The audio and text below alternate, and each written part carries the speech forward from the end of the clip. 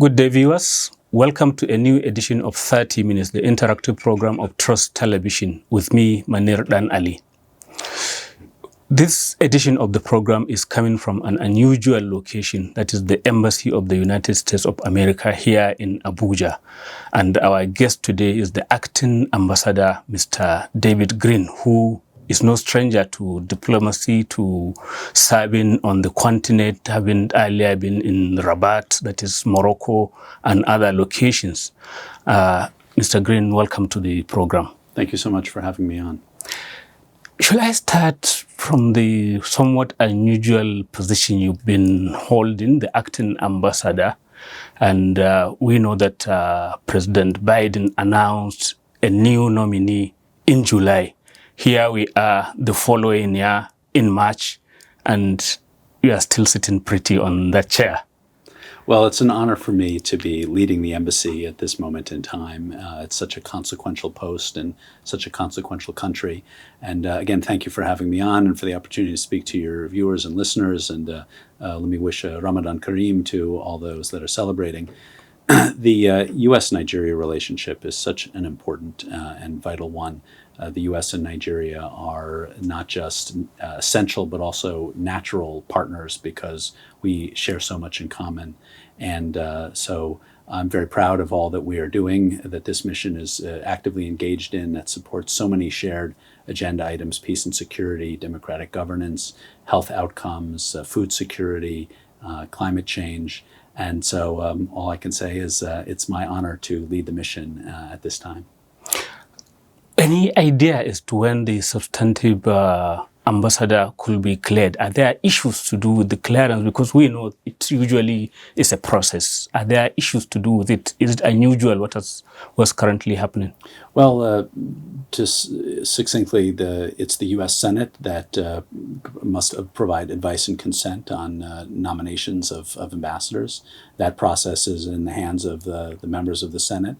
And, it's not uncommon for there to be delays between the confirmation of ambassadors and other officers of the United States. And so in the interim, I continue to lead, and this large and active U.S. embassy continues to do, and our consulate in Lagos continue to do all the work of advancing U.S.-Nigerian relations in the myriad different fields that we're cooperating. Your main work, the embassy, is to advance the cause of the United States, its citizens who are based here. What will you say is the main challenge to achieving that at the moment? Well, what we do as the U.S. mission in Nigeria is of great benefit to both of our peoples, Nigerian and Americans. Of course, we protect American citizens that are in Nigeria, but we invest $1 billion a year, roughly, in development and humanitarian assistance. We have U.S. businesses have invested over $5 billion, almost $6 billion total in Nigeria over the years. We have two-way trade, $10 billion a year. That all those engagements and investments are creating opportunities for Nigerian citizens. They're creating jobs. They're improving health outcomes. So what we're doing together in this very important partnership has dividends for Nigerians, for Americans, and quite frankly beyond, because of Nigeria's very vital role as an important, critical economic actor and security actor, not just in the continent, but globally.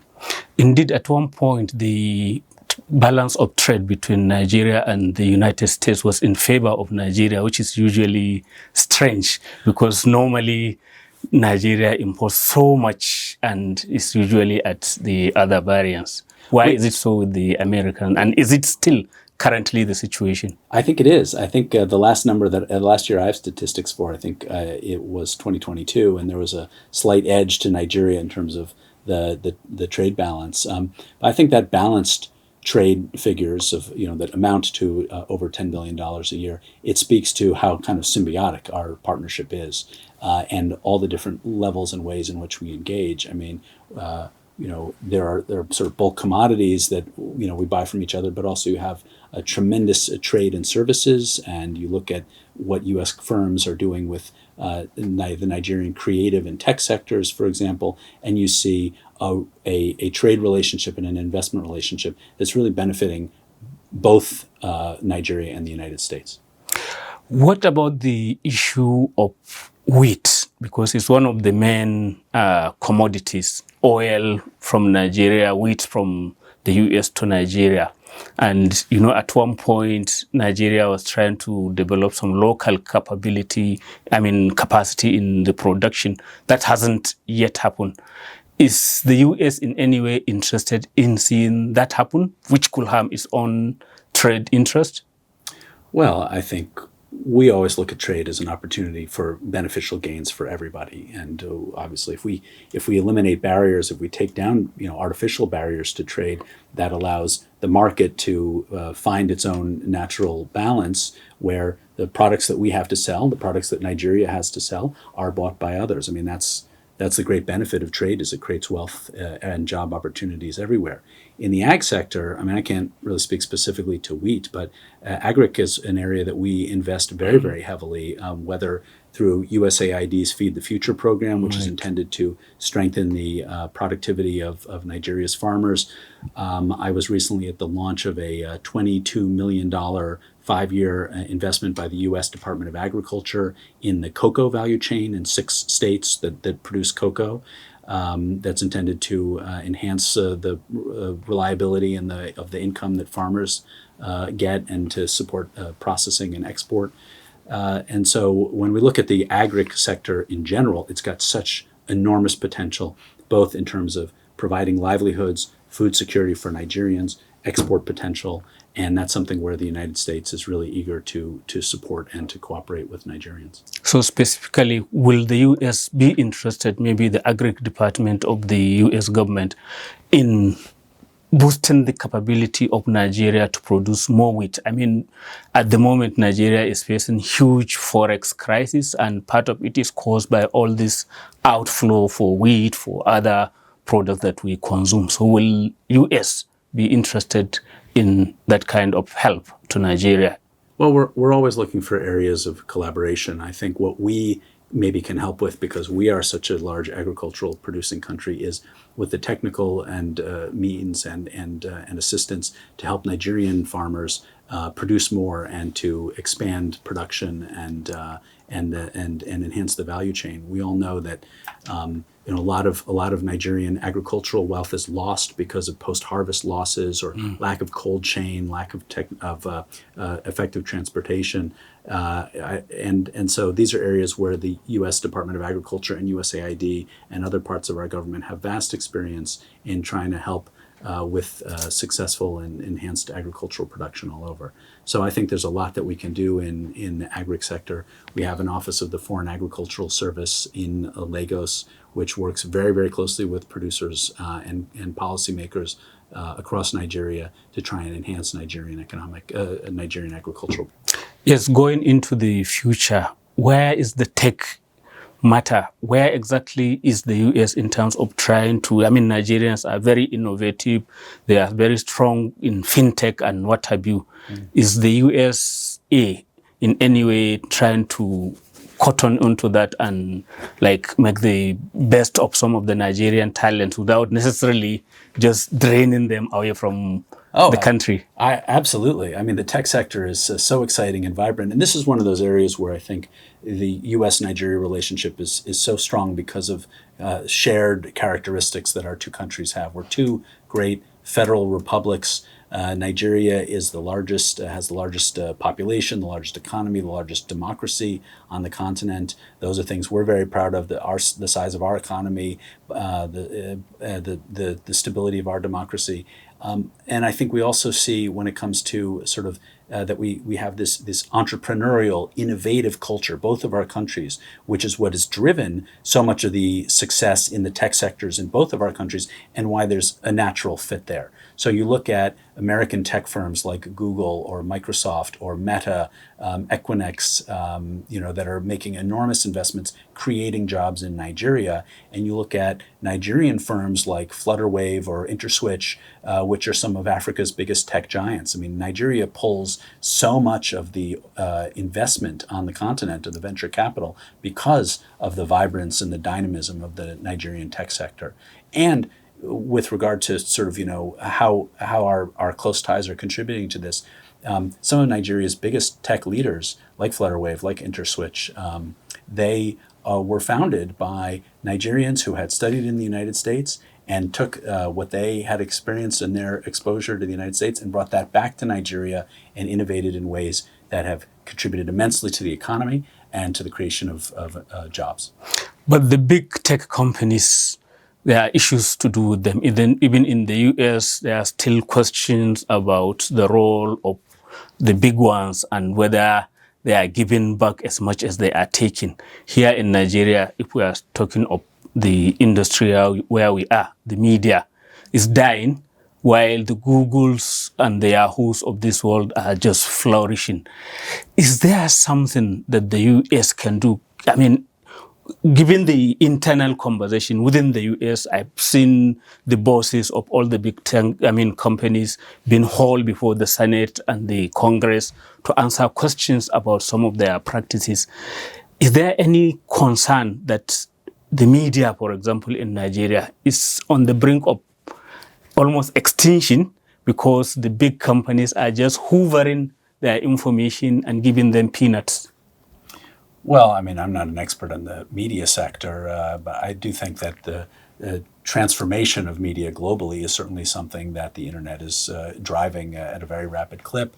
But this is precisely where the U.S.-Nigeria partnership is so important, because Nigeria is a leader in tech, not just for Nigeria, not just for the region, the continent, but globally. We really can benefit a lot from our close partnership when it comes to setting the rules of the road. I'll give you an example. Artificial intelligence, AI, it's on everybody's lips these days. And there's a lot of questions about what's appropriate, how is it to be used, how are we to safeguard ourselves against misuse of AI. And we're also fighting misinformation and disinformation together. So there are a lot of efforts afoot to sort of establish rules of the road on how we can use AI safely and responsibly. And that's an area where the U.S. is really seeking and promoting and working closely with Nigeria as a partner, so that where both of our countries, our economies, given the importance of tech in contributing to those economies, we have a very vested interest, not just in the successful AI sector, but in a responsible one. And so we're working together to establish the rules of the road. And that's part of what a strong U.S.-Nigeria relationship can bring for our countries and for the world. Very interesting point there. We'll resume the conversation shortly after this break. In case you've just joined us, it is 30 Minutes, the interactive program of Trust Television, and we are here at the United States Embassy with the acting ambassador, Mr. David Greene, and we'll resume the conversation shortly.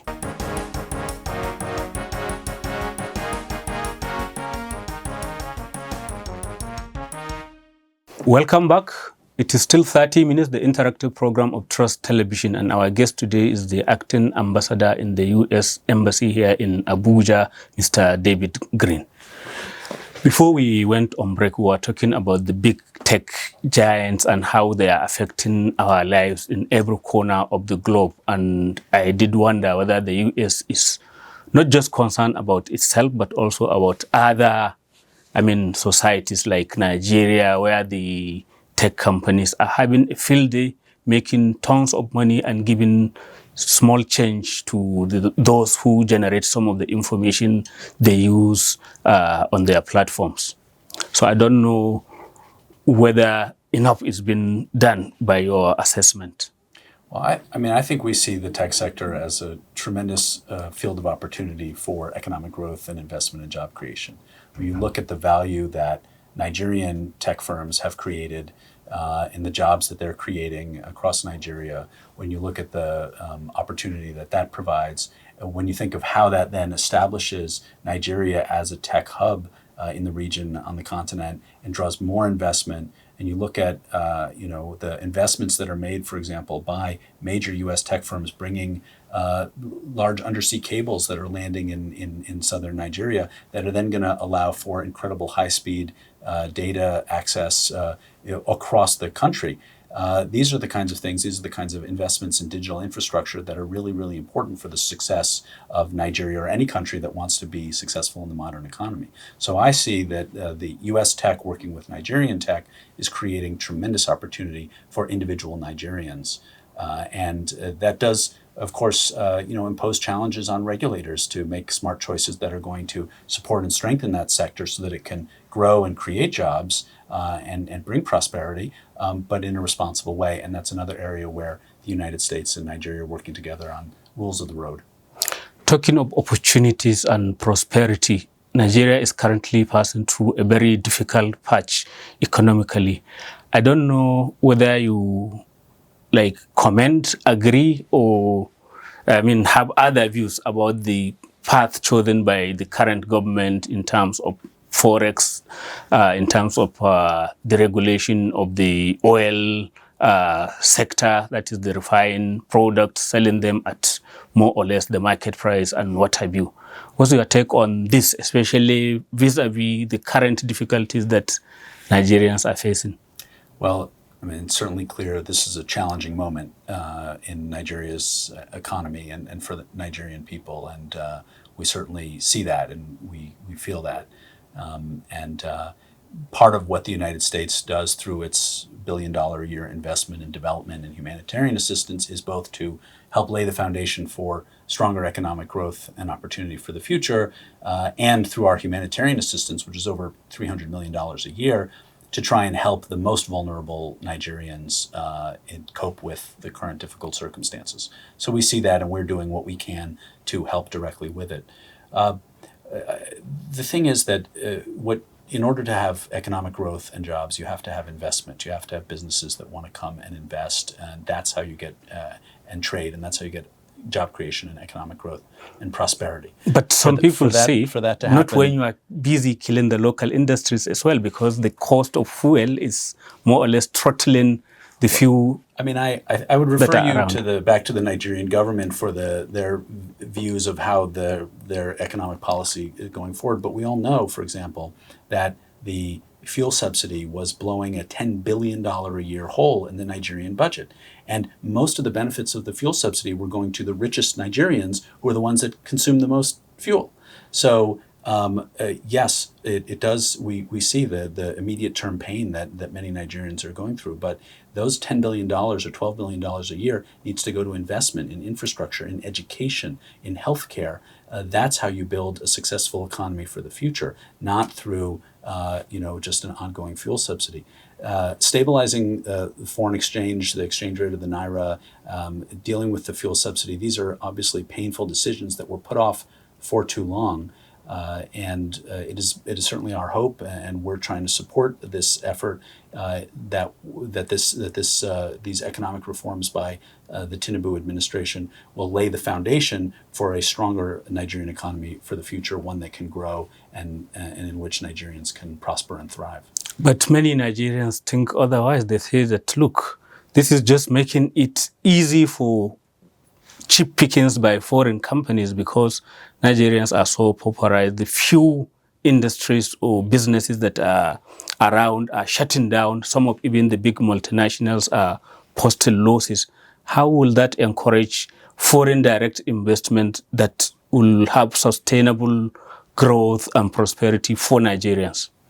Well, I think that when you look at business opportunities in Nigeria, for example, I think it's not that foreign companies are taking advantage of it. And in fact, in the previous environment, foreign companies were hesitant to invest because they weren't sure they were going to be able to repatriate their earnings, because there were all kinds of restrictions on foreign exchange availability in sectors and barriers to open trade. So I think that creating that economic framework, that environment that is going to hopefully stabilize the exchange rate and stabilize the economy more broadly will create an environment in which foreign direct investment flows in and that brings prosperity and opportunity for Nigerians and also for Americans. But it is certainly, we recognize the difficulty that many Nigerians are going through right now. As I said, we're doing what we can with the resources that we have available to us. We're working with other partners, other donors. The World Bank has been supporting palliative support for the poorest Nigerians. We know it's a time of pain for many Nigerians, but it is our hope that this package of economic reforms that the Tinubu administration is pursuing will build a foundation for a more prosperous Nigeria in the future. What about insecurity? It seems to be growing even with the best efforts to fight it.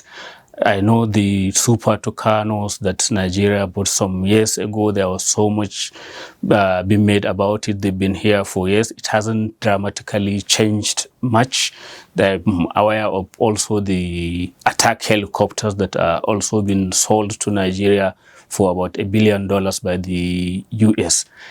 Is there more that the US could do to help Nigeria overcome this terrorists, banditry, and all other forms of insecurity that are there in the country? Well, we take the insecurity issue very seriously. Of course, when I talk to Nigerian citizens, as it is in any country, security is the top of everybody's minds. They can't have a livelihood. You can't have a business. You can't have investment. You can't safely send your kids to school if you don't have security. And by the way, I want to just express my sympathies for the victims of the violence and the kidnappings in the north and the northeast. It's heartbreaking, and we certainly stand with the victims of those crimes in wanting to see those folks returned and the perpetrators punished for that. What about some of the global issues like the Middle East, what is currently happening in Gaza? You find that a lot of people, especially in the northern part of Nigeria, feel as if the US is in like cahoot, is working together hand in glove with Israel in the disproportionate activity that is going on there. Not that they don't understand the origin, the October 7th attack, but a lot of people feel that the US is more like a lapdog, if you permit the use of that term, for the Israeli interest in this matter. Is the US concerned about that perception or misperception of it as just being a cheerleader for what is going on there? Well, as you mentioned, the October 7th attack, and I think it's important to remember that on that day, I mean, Israel and Israelis were dehumanized in a way that's hard to contemplate. Over 1,000 civilians were killed, and many in gruesome ways, and over 200 kidnapped. And we stand with Israel when it comes to making sure that such a horrible crime can never transpire again. And Nigerians, so many Nigerians have been the victims of terrorism, mass terrorism, and so I think that we have a shared understanding of what terrorism and what that kind of violence can do to a society. So we certainly defend Israel's right to ensure that that never happens again. But equally so, we have been, and President Biden has been in the lead on this, pressing Israel to take the actions that it feels compelled to take in ways that minimize civilian harm. We are at the forefront of efforts to bring humanitarian assistance to Gaza, whether it's by overland airdrops. We're investing right now in the construction of a pier so that humanitarian assistance can be brought in by sea. So I think that we are certainly using all the means at our disposal to press Israel to take care of its own security in ways that do not cause extensive additional civilian harm, while we're also trying to address the humanitarian needs that are so present right now in Gaza. What about the over 30,000 lives, and many of them women and children, that have disappeared because of the conflict? Is there any concern about that in maybe the policies of the US and the position of the US, especially in some of the way in which it vetoes some UN resolution on the subject? Well, there's great concern, of course. Any harm to civilians is of great concern to all of us, and we feel very, very strongly that international humanitarian law must be followed. What I would say is that it's important to remember that all of this death and destruction and all of this horror is because Hamas, an organization dedicated to the destruction of a UN of a member state, launched a horrific attack against that state and provoked this whole conflagration. And all we want, all that Israel wants, is to live in peace and security, to be recognized by its neighbors. The United States has long been pushing for and supporting and building coalitions to support a two-state solution with a path to a independent Palestinian state living side by side in peace and security with Israel. So the international community is working to try and create a durable solution to the challenges of the Middle East, and actors like Hamas, with backing from Iran, actors like the Houthis threatening global shipping in the Gulf, Hezbollah acting from Lebanon, are destructive forces in the region. So we're looking for solutions that bring peace and prosperity and security, and I think we all need to work together. And that's an area where I think, again, the United States and Nigeria, that partnership is so important, because Nigeria has such a vital role, both as a voice on the world stage, as a partner to so many countries, and as a key stabilizing power in West Africa. Can I take you back to the U.S. because the election, and I know we are running out of time. That is why I'm butting in. Sorry, the election in November. Yes. It's looking like again is Biden and Trump. Will that in any way affect the relation between the two countries? Well, whichever way it goes. I don't have a crystal I ball. know I mean, at the moment, for many Nigerians, they remember the uncomplimentary terms that former President Trump described Nigerians. It may have some basis, but that's him. And then he has lots of policies like his anti-immigration stance and what have you. So it makes some Nigerians a bit uneasy, but then it's purely a U.S. internal affairs. So I don't know how you'll respond to that. Well, I mean, I can't really, look into the future, but what I can say is that the U.S.-Nigeria relationship is built on some really key fundamentals. And as I was saying at the get-go, we're natural partners in so many ways. Again, we have a shared sort of federal democratic system. We have a shared kind of freewheeling economies with a healthy dose of entrepreneurialism and innovation. We have a 500,000 strong Nigerian diaspora in the United States that binds our countries together. We have so much, Nigerian culture and food and film is everywhere in the United States these days. You've got huge, presence of Netflix and Paramount and Amazon Prime. So I think that, we look at the shared values and history of the U.S. and Nigeria, I see a very strong relationship in no matter what. But not at the level of when U.S. presidents were coming to Nigeria, from Jimmy Carter, George W. Bush, and others. But it's now over 20 years since the last U.S. president was here. Is it suggesting that Nigeria's influence and standing is diminishing in the eye of the U.S.? Oh, I would say, I think we have a tremendous high-level engagement with Nigeria. Our presidents met at the G20 in India, a few months back. We have a steady stream of very senior U.S. officials coming to Nigeria to engage. We have senior Nigerians all the time in the United States. We see each other at global forums on every subject you can imagine. So I see that the U.S.-Nigeria relations, we do so much together. We have a very robust ongoing conversation. Secretary of State Blinken was just here, 6 weeks ago? And that was his second in-person visit. And if you add the virtual visit that he did shortly after he took office, kind of his third trip to Nigeria. So I think that speaks to just how important the U.S.-Nigeria relationship is and how we're investing in it in so many different ways. Thank you very much, Ambassador David Greene. Thank you for the opportunity. Thank you so much for having me on. That's it. We've come to the end of this edition of 30 Minutes. Keep a date with us.